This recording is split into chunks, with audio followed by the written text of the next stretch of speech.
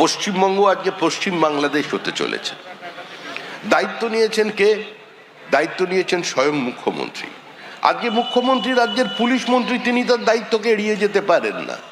মুখ্যমন্ত্রী দাওয়াতে ইসলামের মঞ্চে দাঁড়িয়ে বলছেন, ঈদ উল ফিতরের মঞ্চে দাঁড়িয়ে বলছেন যে যদি বিজেপি যে হিন্দু ধর্মের কথা বলে সেই হিন্দু ধর্ম হচ্ছে গন্ধা ধর্ম, অর্থাৎ আমরা যে হিন্দু ধর্মের কথা বলি সেটা গন্ধা ধর্ম। আর মুখ্যমন্ত্রী কোন হিন্দু ধর্মের কথা বলছেন? মুখ্যমন্ত্রী বলছেন ঠাকুর শ্রীরামকৃষ্ণের কথা। শ্রীরামকৃষ্ণ কি বলেছিলেন? শ্রীরামকৃষ্ণ বলেছিলেন যত মত তত পথ। শ্রীরামকৃষ্ণকে ধরে নিয়েছে তৃণমূল কংগ্রেস। কারোর বাড়ির সঙ্গে যদি ঝামেলা হয়ে থাকে কাউন্সিলরে, সে প্রথমেই করছে কি, একটা কাঁচের বাক্সে রামকৃষ্ণকে বন্দি করে তার বাড়ির দরজায় বসিয়ে দিয়ে চলে যাচ্ছেন। আর আপনারা এই মুহূর্তে চলে যান দক্ষিণেশ্বরে, একটু রাত করে যাবেন, কামারহাটিতে যাবেন, বড়নগরে যাবেন, একটু বেশি রাতে যাবেন, কান পেতে শুনবেন ডুকরে টুকরে কাঁদছেন কেউ। আপনি একটু কাছে যাবেন, বললেন কিসের আওয়াজ? সবাই জানে না রামকৃষ্ণ কাঁদছে। বলছেন কোথায় এসেছি, আমি কার হাতে পড়লাম? আমি বলে গেলাম যত মত তত পথের কথা, কিন্তু তৃণমূল বলছে সব মত পথ একটাই, সেটা তৃণমূলের পথ। হয় তৃণমূল করো, হয় তৃণমূলের পতাকা নাও, না হলে উত্তেজক সমর্থক হয়ে যাও। যেখানেই কেউ অন্য কথা বলবে তার উপরে পাথর বৃষ্টি করো। আমাদের সর্বভারতীয় সভাপতি জগৎ প্রকাশ নাড্ডা দক্ষিণ 24 পরগনায় যাচ্ছেন, তার উপরে পাথরের বৃষ্টি হয়ে গেল, তার গাড়ির ওপরে পাথর ছোঁড়া হলো। দিল্লির কয়েকজন সাংবাদিক আহত পর্যন্ত হলেন, তাদের গাড়ি ভাঙা হলো। এই যে দিলীপ ঘোষ এখানে বসে আছেন, তিনি যখন সভাপতি ছিলেন এবং যখন সভাপতির পরেও ছিলেন না, কতবার ওর গাড়ি ভাঙা হয়েছে উনি এখনো নিজে গুণে বলতে পারবেন না। যেখানেই যাচ্ছে সেখানে আক্রমণ। আমাদের যিনি বিরোধী দলনেতা আছেন শুভেন্দু অধিকারী, তাকে তো আবার সভা করতে গেলে হাইকোর্ট পর্যন্ত পৌঁছতে হয়। এই নিয়ে 104 বার তিনি হাইকোর্টে গেছেন। কিসের জন্য? অনুমতি চাইতে। কে শুভেন্দু অধিকারী? বিরোধী দলনেতা। সংসদীয় রাজনীতিতে যা স্থান মুখ্যমন্ত্রীর পরেই, যিনি সারা পশ্চিমবঙ্গের মানুষের প্রতিনিধি, সাংবিধানিক একটি পদে আছেন, তিনি পশ্চিমবঙ্গে কোনো সভা করতে পারছেন না। এই পরিস্থিতি তৃণমূল কংগ্রেস তৈরি করেছে। আমাদের দলের আরেকজন প্রাক্তন সভাপতি, বর্তমানের কেন্দ্রীয় মন্ত্রী সুকান্ত মজুমদার, আমাদের আরেক প্রাক্তন কেন্দ্রীয় মন্ত্রী দেবশ্রী চৌধুরী, তারা নিজেদের নির্বাচনী কেন্দ্রে কোভিডের ত্রাণ বিলি করতে পারেননি। দেবশ্রী তো এক জায়গায় ত্রাণ দিতে গিয়েছিল, ত্রাণের কাজে গিয়েছিল, তাকে কলকাতা পুলিশ পর্যন্ত অ্যারেস্ট করলো। এই পুলিশ চোর ধরতে পারেন না, ডাকাত ধরতে পারে না। এই পুলিশ বিভিন্ন জায়গায় গিয়ে এখন মার পর্যন্ত খাচ্ছে। আসলে পুলিশেরও কিছু করার নেই। তৃণমূল পুলিশকে কিভাবে দেখবে, পুলিশের সম্পর্কে তৃণমূলের মতামত কি, অনুব্রতকে দিয়ে তৃণমূল কংগ্রেস সেটা বলিয়ে দিয়েছে। একটু বাড়াবাড়ি করলে কি করবে সেটা অনুব্রত বলে দিয়েছে, ওটা অনুব্রত বলেনি। অনুব্রত হচ্ছে তৃণমূলের পোস্টার বয়, ওর মুখই হচ্ছে তৃণমূলের মুখ, ওর সংস্কৃতি হচ্ছে তৃণমূলের সংস্কৃতি, ওর শরীরী ভাষাই হচ্ছে তৃণমূলের ভাষা। আজকে সেই ভাষায় পুলিশকে বুঝিয়ে দিয়েছে যে বাড়াবাড়ি করো না, তোমার যেটা কাজ সেটা করো। এটা মেনে নিয়ে কিছু পুলিশ আমার নেমে পড়েছেন লুটে, আবার কিছু পুলিশ অসহায় হয়ে আত্মসমর্পণ করেছেন। বিভিন্ন থানার আইসি তারাও এসআইআর এ নেমে পড়েছে। সাইবার সেল যারা আছেন, সাইবার থানার যারা কাজকর্ম করেন, তারা আবার সিএ নিয়ে মানুষকে ভুল বোঝানোর জন্য নেমে পড়েছেন। আজকে সবাই সব কিছু করুন, কিন্তু আপনাদেরও চাকরি করতে হবে। সরকার বদলাচ্ছে, সরকার বদলে যাবে, আপনার নাম বদলাবে না, আপনার পদবি বদলাবে না, আপনার নামের পাশে যে পুলিশের যে তকমাটা আছে সেটা বদলাবে না। নতুন সরকারের আমলে কাজ করতে হবে। তাহলে এটা অন্তত বোঝার চেষ্টা করুন, দীর্ঘদিন এই অবস্থা চলবে না, পরিবর্তন অবশ্যম্ভাবী।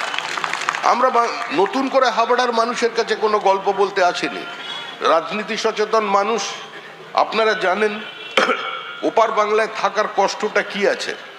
দিনের পর দিন আপনারা ওপার বাংলায় থেকেছেন, ওখানে যন্ত্রণার কথা শুনেছেন, আত্মীয় স্বজনের কাছে প্রতিনিয়ত টেলিফোনে কথা বলছেন, ওপার বাংলার খবর নিচ্ছেন, সোশ্যাল মিডিয়ায় প্রতিদিন কি পোস্ট হচ্ছে সেটা দেখছেন।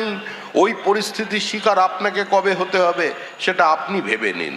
আপনার বাড়ির 16 বছরের তরুণীকে একজন 63 বছরের লুঙ্গি পরা বৃদ্ধ টেনে নিয়ে চলে যাবেন, এই দৃশ্যের জন্য কি আপনারা অপেক্ষা করছেন? একবার ভেবে দেখবেন কি অত্যাচার চলেছে ওপার বাংলায়, অবর্ণনীয় অত্যাচার। তৃণমূল কংগ্রেস আবার বলছে ওপার বাংলায় অত্যাচারে বিজেপি কি করছে, নরেন্দ্র মোদী কি করছে। আর এটা আন্তর্জাতিক বিষয়, নরেন্দ্র মোদী কি করবে, পশ্চিমবঙ্গে হিন্দুরা কিরকম আছে আজকে সেটাই আমাদের কাছে প্রাথমিক বিষয়। মুর্শিদাবাদের একজন বিবাহিত মহিলা, তিনি বিএসএফ অফিসারকে দাঁড়িয়ে বলছেন, এই যে সামনে বসে আছেন আমার সাংবাদিক ভাইরা, এরাই দেখিয়েছে, এই প্রত্যেকটা চ্যানেলে আজকে সম্প্রসারিত হয়েছে সেই ছবি। সেই মহিলা বলছেন, আমাকে গুলি করে দিন, আমাকে গুলি করে ঝাঁঝরা করে দিন, আমি আপনাদের হাতে মরতে চাই, কিন্তু আমার শরীরটাকে অন্যের হাতে আমি গন্ধ হতে দেব না। আমি এই পরিস্থিতির বদল চাই। কেন হচ্ছে? ওখানে দীপু দাস খুন হয়েছে, আর এখানে ওই চন্দন দাস আর হরগোবিন্দ দাসকে কুপিয়ে খুন করা হয়েছে, কোথাও কোনো পার্থক্য নেই। ওপার বাংলায় রবীন্দ্রনাথের বাড়ি ভেঙেছে, এপার বাংলায় তৃণমূল কংগ্রেসের ছাত্র নেতা রবীন্দ্রনাথের ছবিতে আগুন লাগিয়ে দিয়েছে। ওপার বাংলায় সত্যজিৎ রায়ের বাড়ি ভাঙা হয়ে গেছে, সুনীল গাঙ্গুলির বাড়ি সেটাও নাকি মাটিতে মিশে গেছে। ওপারে কেউ বাদ দেননি, রবীন্দ্রনাথ ঠাকুরদের বাড়ি তো, ঠাকুর বাড়ি তো শেষ ওপার বাংলায়। কাদের জন্য লড়াই করেছিলেন ইন্দিরা গান্ধী, কাদের জন্য ইন্দিরা গান্ধীর পাশে দাঁড়িয়েছিলেন অটল বিহারী বাজপেয়ী, সমস্ত বিরোধীদের সঙ্গে নিয়ে সমর্থন জানিয়েছিলেন যে এই সংকটের মুহূর্তে আজকে আমাদের মানবতার স্বার্থে এই মানুষগুলোর পাশে দাঁড়ানো দরকার। আজকে 30 লক্ষ মানুষকে খুন হতে হয়েছিল সেদিন 1971 সালে খান সেনাদের হাতে আর পাক বাহিনীর হাতে, রাজাকারদের হাতে। বাংলাদেশ ভুলে গেল সম্পূর্ণ গল্প, ভুলে গেল যশোর ক্যান্টনমেন্টে পাওয়া 1,25,000-এর বেশি মহিলা, যাদের 14 থেকে 44 বছরের মধ্যে বয়স, যাদের স্তন পর্যন্ত কাটা ছিল, এই অবস্থায় তাদের দেখতে পাওয়া গিয়েছিল। সমস্ত ইতিহাস ভুলে তারা ইন্দিরা গান্ধীর লাইব্রেরিতে আগুন লাগিয়ে দিয়েছে। ইন্দিরা গান্ধীর নামাঙ্কিত লাইব্রেরির 70,000 বই পুড়ে ছাই। অর্থাৎ যারা একদিন সিটি অফ আলেকজান্দ্রিয়ার সবচেয়ে বড় লাইব্রেরিতে আগুন লাগিয়েছিল, যারা বিক্রমশিলা ধ্বংস করেছে, তক্ষশিলা ধ্বংস করেছে, নালন্দা ধ্বংস করেছে, তারাই ইন্দিরা গান্ধীর লাইব্রেরি ধ্বংস করেছে। তারাই মুর্শিদাবাদে একটা মানসিকতা, ওই মানসিকতা, ওই ট্র্যাডিশন সমানে চলেছে। তারাই একজন প্রাইভেট টিউটারের নিজস্ব লাইব্রেরিতে আগুন লাগিয়ে দিয়েছে। আজকে মূর্তি পূজা বন্ধ করবার দাবি নিয়ে বিভিন্ন জায়গায় মিছিল বেরিয়ে পড়েছে এই পশ্চিমবঙ্গের মাটিতে। নবদ্বীপে সরস্বতী পুজোর সমস্ত মূর্তি, সরস্বতীর মাটির মূর্তি ভেঙে দেওয়া হয়েছে। কোথায় ভাঙছে? স্বাধীন ভারতবর্ষে। কোথায় ভাঙছে? প্রগতিশীল পশ্চিমবঙ্গে। কোথায় ভাঙছে? রবীন্দ্রনাথের দেশে। কিন্তু আমি বলতে চাইছি, সেই মুর্শিদাবাদ জেলায় বন্দে মাতরমের পটভূমি তৈরি হয়েছিল সন্ন্যাস বিদ্রোহের প্রেক্ষিতে। আজকে যে উপন্যাস লিখে গিয়েছিলেন কালোজয়ী, বঙ্কিমচন্দ্রের সেই উপন্যাস, তার কালোজয়ী সত্তাকে তিনি, তার কালাতীত অবস্থানকে তিনি প্রতিষ্ঠা করে গেছেন আমাদের দেহ, মনে, আমাদের অন্তরে। আজকে সেই মুর্শিদাবাদের মাটিতে বাবরি মসজিদ তৈরি করছে তৃণমূলের বিটিম।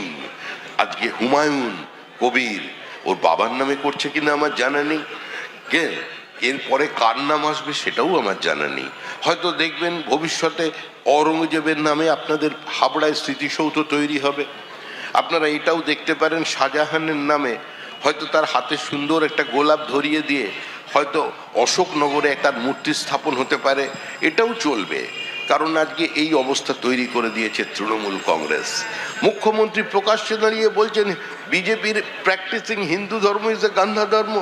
তাহলে অন্য নেতা কেন বলবে না যেখানে হিন্দু 30%, আমরা 70%, যখন চাইব কেটে আজকে ভাগীরথীর জলে ভাসিয়ে দেব? মুখ্যমন্ত্রী একটি শব্দ উচ্চারণ করেননি, একবারও নিন্দা করেননি।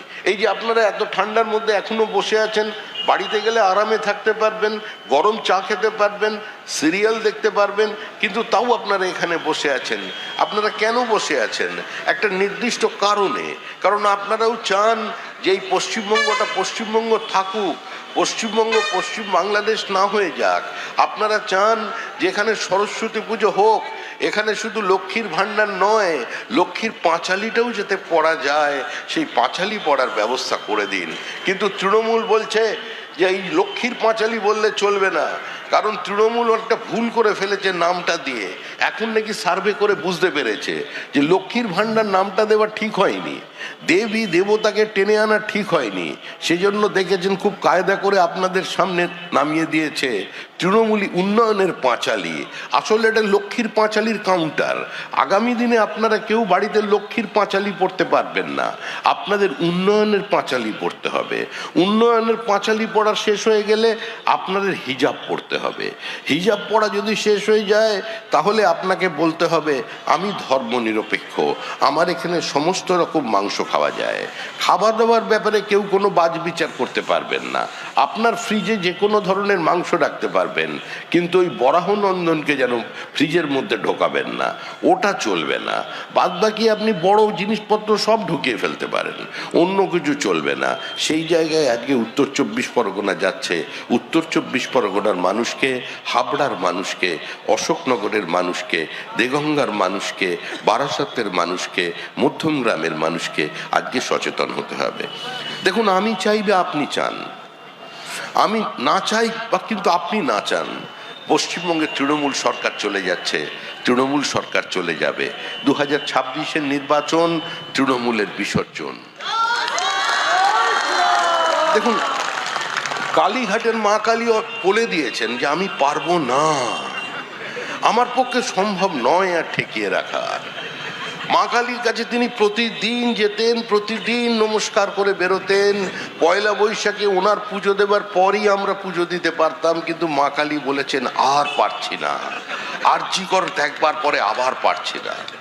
উনি নিয়ে এলেন হট করে জগন্নাথ দেবকে। জগন্নাথ দেব বলছেন আমি তো এত বড় ধোঁকা আমি তো কোনোদিন খাইনি, আমি তো জগতের সৃষ্টি বিনাশ সমস্ত আমার মধ্যে দিয়ে হচ্ছে, আমিই তো খেলছি আসল, আমার চক্রই তো চারিদিকে ঘুরছে। কিন্তু আমিও তো কোনোদিন কল্পনা করতে পারিনি যে তুমি আমায় ডেকে আনলে কালচারাল সেন্টার বলে, আর এসে কালচারাল সেন্টারের পরিবর্তে আমার লোকের সঙ্গে আমার লোকের গন্ডগোল লাগিয়ে দিলে। আজকে হয়ে গেল জগন্নাথ ধাম। এবার দেবী দুর্গাকে নিয়ে এসছিলেন। দিলীপ দা যান ওখানে সকালবেলা মর্নিং ওয়াক করতে, দিলীপ দা সকালবেলা মর্নিং ওয়াক করতে দেখে মা দুর্গা ঢুকছেন। উনি হয়তো ভেবে খুশি হয়েছিলেন যে এখানে গেলে, এখানে যদি দেবী দুর্গার মন্ত্রী হয়ে যায় তাহলে সকালবেলা দেব দর্শন হয়ে যাবে, একদম দুর্গা ডেকেই উনি ঢুকে পড়তে পারবেন। হঠাৎ গিয়ে দেখে ওখানে নেই জেসিবি মেশিন, নেই, মাঠ ফাঁকা। কি হলো? বলছেন ওখানে মমতা দেবীর ভাইয়েরা সমস্ত বলে দিয়েছে রে তুমি তো আমাদের থেকে জমি নিয়েছিলে অন্য নাম করে, আমার জমির উপরে কি করে প্রতিমা তৈরি হবে? আমরা তো পৌত্তলিকতাবাদের বিরোধী, আমরা তো একেশ্বরবাদী, আমরা তো নিরাকার বিশ্বাস করি।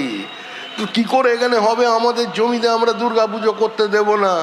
মুখ্যমন্ত্রীর সঙ্গে সঙ্গে রোনাল্ডোর মতো একটা টার্ন নিয়ে নিয়েছেন, দিয়েই চলে গেছেন শিল্পনগরের দিকে, বলছেন দেবী দুর্গা এখানেও হবে। কিন্তু দুর্গার উপরেও ভরসা রাখতে পারছেন না, কারণ কি?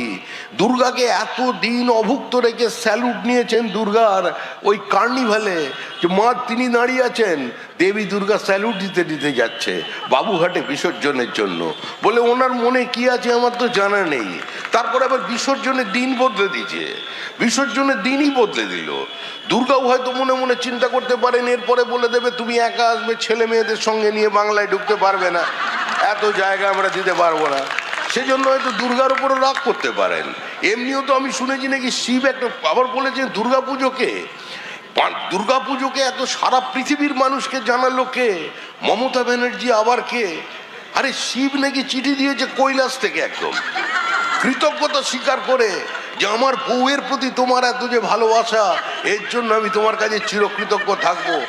এরকম একটা গোলমেলে ব্যাপার হয়ে আছে। সেজন্য ধরতে না পেরে এখন মহাকালকে ধরেছেন, মহাকাল। এবার হবে উত্তরবঙ্গে, মানে সমুদ্র থেকে শুরু করেছেন দীঘা থেকে, শেষ করছে একদম ওখানে। ওখানে গঙ্গাসাগরও আছে। গঙ্গাসাগরে বলেছেন ব্রিজ বানিয়ে দেবো, শিলান্যাস করবো, টাকা কোথায়? আরে ব্রিজ তো বানাবে বিজেপি, ওখানে ক্ষমতায় এসে মমতা বন্দ্যোপাধ্যায় বানাতে পারবেন। উনি উদ্বোধন, যেদিন উদ্বোধন হবে ভবিষ্যতে ব্রিজের ওপর দিয়ে যখন গাড়ি চলবে, সেদিন মমতা বন্দ্যোপাধ্যায় আমরা তাকে প্রধান অতিথি করে আমরা নিয়ে যাব, কারণ ওখানে উনি শিলান্যাস করেছেন, আমরা তাকে ভুলতে দেব না। আরে আমরা ওনাকে চাই, আমরা জলে স্থলে দিদিকে চাই, আমরা সর্বত্র তাকে চাই, আমরা 2026-এর নির্বাচনেও তাকে চাই, আমরা চাই তাকে বিধানসভায়। বিধানসভার ফ্লোরের এই প্রান্ত থেকে ও প্রান্তে পদ্ম পাতার জলের মতো তিনি ঘুরে বেড়াবেন, তিনি কাগজ ছুঁড়বেন, তিনি স্পিকারের দিকে তাকিয়ে চিৎকার করবেন বিরোধী দলনেত্রী হিসেবে। আমরা তো তাকে চাই, আমরা ফেলে দিতে চাই না। বারবার উনি আমাদের মায়া কাটিয়ে দিল্লির নির্বাচন হলে দিল্লি চলে যেতে চান, আর পশ্চিমবঙ্গের মানুষ করে কি এমন একটা ব্যবস্থা করে দেয় যাতে উনি এখানেই থেকে যান, উনি এখানেই থেকে যান। এবার উনি বলছেন আমি যাবো কোথায়, আমি এখন বলছেন উনি কি একটা মহাকালের মন্দির তৈরি করবেন, মানে মোটামুটি জগন্নাথ হয়ে গেল, মা কালী হয়ে গেল, দুর্গা ঠাকুর হয়ে গেল, এবার শিব, সমস্তকে এক করে নিয়েছেন। বিষ্ণু মাতার মন্দিরটা কোথায় হবে এখন আমরা খুঁজে উঠতে পারি না, ওটাও হবে। এখন সমস্ত জায়গায় উনি দেবদেবীর নাম করছেন, কিসের জন্য আমার জানা নেই। উনি দেবদেবীর নাম করছেন কারণ এরপর সময়টাকে ওনাকে ধর্মকর্ম করে কাটাতে হবে। উনি মন্দির টন্দির সমস্ত মানিয়ে নিন, অবসর জীবনে তৃণমূল কংগ্রেস বলে রাজনৈতিক কোনো দল থাকবে না। তৃণমূল কংগ্রেসীরাও সেটা ভালো করে জানেন। তৃণমূল কংগ্রেসের ব্লকের নেতা কে? তৃণমূল কংগ্রেসের ব্লকের একজন নেতা আছেন, তার স্করপিও গাড়ি আছে, গাড়ির সামনে অসংখ্য ব্যাচ লাগানো আছে, মানে কোনো চিন্তা নেই, দেখলেই নেতা বলে মনে হবে। হাতে ব্রেসলেট আছে, চোখে একটা ঔদ্ধত্য আছে, কিন্তু আসল নেতা হচ্ছে কি থানার ওসি। তিনি ঠিক করে দিচ্ছেন কে টিকিট পাবে, তৃণমূল কংগ্রেসকে কোন দিকে যেতে হবে, তৃণমূল কংগ্রেসকে কবে কোথায় আক্রমণ করতে হবে। এভাবে কোনো সরকার চলতে পারে না, এভাবে কোনো দল চলতে পারে না। তাই আপনাদের কাছে আহ্বান করছি, অনেক দিন হয়ে গেছে, আর ভালো লাগছে না। আর মুখ্যমন্ত্রী আপনাদের জন্য অনেক কাজ করেছেন, আর কত করবেন। উনি তো বলছেন যে এত করলাম, তারপরেও মন বলছে না, খালি চাই চাই চাই, আর আমি পারবো না, আমার সব কাজ করা শেষ হয়ে গেছে। আমরাও বলছি ওনাকে এবার একটু বিশ্রাম দিন। দীর্ঘ পথ অতিক্রম করে উনি ক্লান্ত, পথশ্রান্ত, ওনারও বিশ্রামের প্রয়োজন। তাই আবার বলছি, তোমারও তো শ্রান্ত হলো মুঠি, অন্যায় হবে না, নাও ছুটি। এই ছুটির গান আজকে মানুষ গাইতে শুরু করেছে। তৃণমূলের বিদায় মসৃণ ভাবে হোক, এবং তৃণমূল সেটা জানে। তৃণমূল জানে বলেই তৃণমূল র্যাম্পে উঠে গেছে। আগে দিয়েছিল প্রার্থী, র্যাম্পে উঠে প্রার্থী ঘোষণা করে দিয়েছিল। মানে 2024 থেকেই তৃণমূল বুঝে গেছে যে কি করে বিদায় নিতে হবে, সেজন্য লোকসভার প্রার্থী ঘোষণা করেছিল র্যাম্পে হাঁটিয়ে। এবারে র্যাম্পে হাঁটাচ্ছে কাদের প্রত্যেকে জানেন। র্যাম্পে হাঁটতে হাঁটতে তৃণমূল আজকে সীমানার বাইরে চলে যাবে। দিন শেষ, তৃণমূল শেষ। 26-এ নতুন সরকার, নতুন পশ্চিমবঙ্গ, যে পশ্চিমবঙ্গে আপনারা কোনো জনহিতকর প্রকল্পের বাইরে থাকবেন না। তৃণমূল যা দিয়েছে প্রান্তিক মানুষের জন্য, গরিব মানুষকে, তার থেকে বেশি নতুন সরকার দেবে। 100 দিনের কাজ তৃণমূলের দুর্নীতির জন্য বন্ধ হয়ে গিয়েছিল, তাই নরেন্দ্র মোদী নতুন বিল নিয়ে এসেছেন।